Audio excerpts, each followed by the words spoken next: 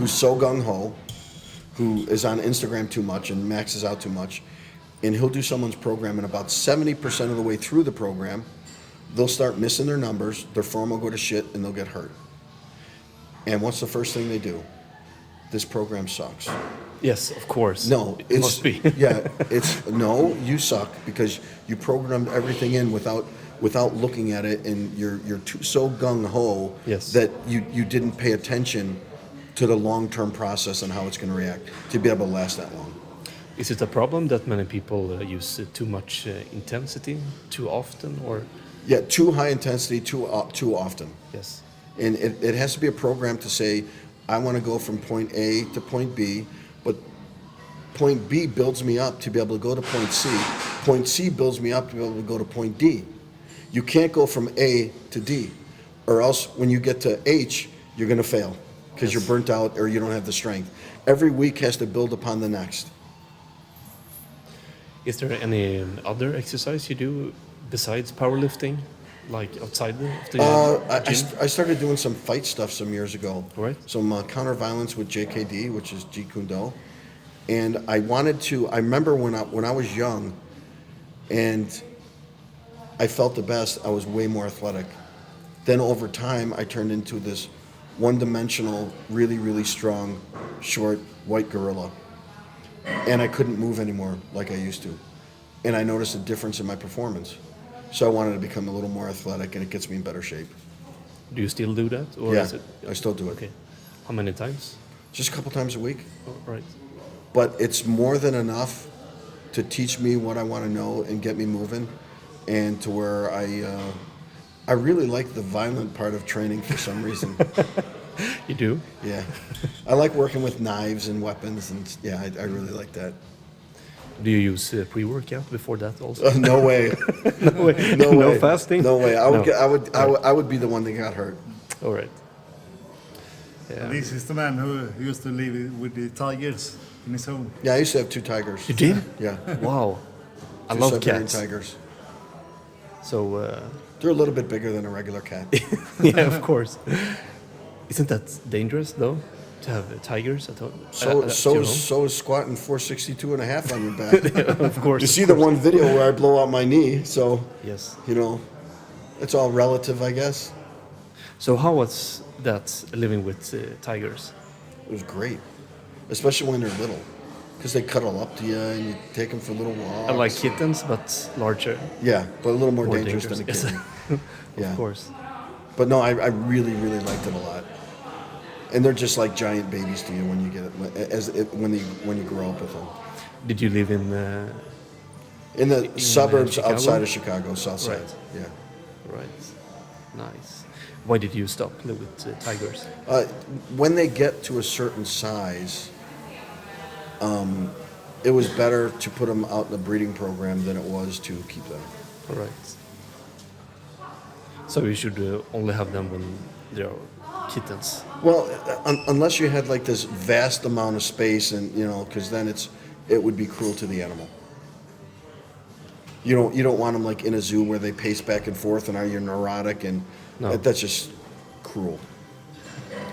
So we got some questions, more Sure. questions. Throw 'em of out there. course. One listener asks about soreness in his back when he deadlift and squat. He always got a bad back after Okay, that. here's my answer for that. I would have to see the video, so he can tag me on Instagram, and I'll look at the video. Usually I try to look at everything. The last couple hours of the night, I usually look at who's tagged me on Instagram, and I try to make a comment and help everyone for free. All right. And That's very helpful. well, it's my way of giving back, plus I love it. Awesome. And I don't, and when they send it to me, I don't say, should I answer that? Are they IPF or GPC or USPF or USAPL or USPA? I don't do that. You I don't? just help. I just help. Of course. So I don't care. And so I'd have to see whether it's technique related, or is he trying to go too heavy too often? And then you get to someone that you need to ask, like him, is it just genetics, how you're put together? Is it some injury that caused this? Is it the way your what your job stands for, that calls for, that does it, and stuff like that, right? Yeah, sure. Usually the belly pressure abs. Yeah. It's the weak. Yeah, the corrective Usually in the wrong stance with the feet. the corrective stuff he does, like I said, is not like what a normal person would think of. That's why it works. But when he gives you corrective stuff to do, it's these little things that you don't really realize are doing anything until all of a sudden you wake up and you're like, oh shit, I slept through the night with no pain. I can move the next morning. Then you know it's working. Yes. And what is your name on Instagram? If I think it's just Eddie Coan, EDDYCOAN. Eddie Coan. Yeah. Right. And Stefan's? It's a Semenov. Semenov. Yes. And I will think put if you put out a picture from this podcast, you can tag us. yes, So and I will people put see the link also. Yeah. People will see our Instagram links. Awesome. So another listener is wondering about tips for working out when you are over 40, and I think he don't work out now, but he wants to start with it. Keep it fairly simple. Like bench, But squat, the deadlift. same thing with the technique has to be perfect, especially when you get older, Yes. because your recovery time isn't going to be as great. I don't do as many high reps on my big exercises like squat, bench, and deadlift as I used to. But I will do higher reps on a lot of my supplemental exercises that are small. That seems to help as far as recovery, because your central nervous system, especially when you're older or when you've been beat up over the years, tends to not agree with that as much. So I would do more supplemental exercises, especially only the ones that don't hurt. Yes. If they hurt, either it's because you have injuries or it's just the wrong supplemental exercise. All right. So Or technique. yes, Yeah. of course. Do you think powerlifting is better than bodybuilding when you're 40? Like for health? I don't think it's any necessarily better. Any sport is better than others as far as when you talk about general health. Yes. Now, when you talk about looks, then that doesn't always mean health. Just because you have big biceps or your abs are showing doesn't mean you're healthy. Yeah. That's So, true. but I prefer to stay strong, because as you know, in Mark Bell's, the quote he has is, "Strength is never a weakness." It never is. That's true. It's more useful than abs. Yes. You can use your muscle, but not your abs. Yeah. Yeah. And you can eat more You also. cannot use a six-pack. Yeah. Yes. You don't have to worry about it as much. And like I said, general fitness and health is different than looking pretty. Yes, it is. And that is very important to talk about. But if you can have both and be healthy, you can do it a lot longer for a longer period of time and be able to perform that sport for a longer period of time and enjoy it.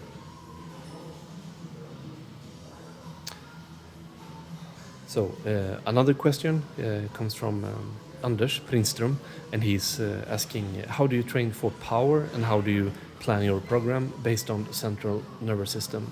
Plus, what do you do to keep your mobility?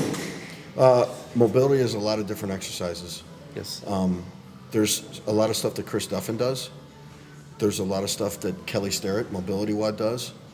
And there's some little exercises Lane Norton put up on his, BioLane put up on his Instagram that shows some hip stuff he does for hips as a warm-up. And that helps loosen up the hips and keep them more mobile, because he had some hip and back problems that he's come back from twice. So you listen to people who have gone through it, either the healers themselves or people have gone through it and successfully come through it. You don't want to listen to someone who didn't come through it and still is in pain. Yes. Obviously, they didn't do it right. So for mobility stuff like that, like I said, I have a good phone book of people to call. And all it takes sometimes is 10 minutes before your workout, after your workout, while you're watching TV late at night. Like stretching? Yes. Not really just No? stretching, but different body movement Yes. stuff. Tiny little exercises that aren't really exercises, but they are. And as far as the first part of the question was what again? It was about power. How do you train for power, and how do you plan your program based on central nervous system? I don't plan my program on central nervous system.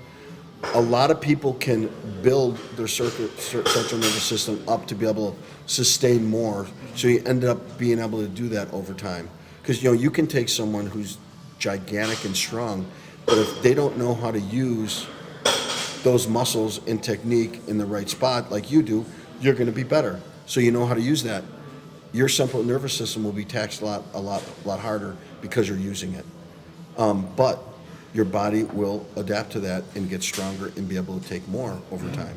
That's why a lot of people, like with a lot of Shako's routines or a lot of the high volume stuff, is they've trained their central nervous system over time to be able to do it.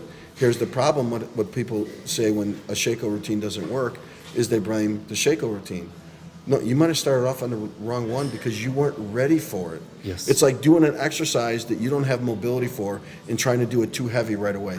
Well, I got hurt doing this exercise because you were an idiot. So you have to build up certain things Yes. over time. And that's all that is. And as far as getting strength and stronger, take your time and do the exercises that you want to do that will help you. What's your goal? Yes. Do you think it's necessary to use speed dating? Not necessarily. Yeah, Speed no dates, of speed course. dating. Isn't that what we do now? Yeah, that's been in some meetings. That never works out. And I always concentrated on being really, really explosive. Yes. With everything I did, with lightweight all the way up to heavyweight. I even tried to be explosive. So that carried over for me. I never had a so-called speed day. But all you could do is try it and see if it works. That's really all you can do. It's not like, no, don't do this, no, don't do that. All you got to do is try it. As long as it's nothing too crazy or too heavy or too stupid, then you could try it and see if it works. If it feels good and it works, now you found something you can do that works for you. Like, my program is pretty easy and pretty broad, but how you start applying it over time, the exercises that will help you are going to be a little bit different than would help me. Of course. So, if you had a time machine and could travel into the future, like 10 years into the future, what do you think you would do then? I'll still be learning, Yes. which I enjoy. A lot of times we put ourselves a little bit in a box where I only want to learn the stuff that's going to help me. Yes. So in that regards, yeah, I'm guilty of that a little bit. And so I'd like to open up my mind a little bit more to a lot of other different things about the world. And Outside powerlifting also? yeah, Yes. yeah. And I just want to be healthy and strong. That's it. I'll always love powerlifting because I'm a powerlifter. Yes. If I'm not competing, I'm still a damn powerlifter. You can't take that out of my heart. Yes. Once a powerlifter, always a powerlifter. Yeah, you're not going to take that's in my heart, and that's part of me, and it'll never leave. Do you have any special message you want to say to your fans here in Sweden? I have a great time everywhere I go because lifters that want to learn, it's so easy because everyone's always so happy because they learn.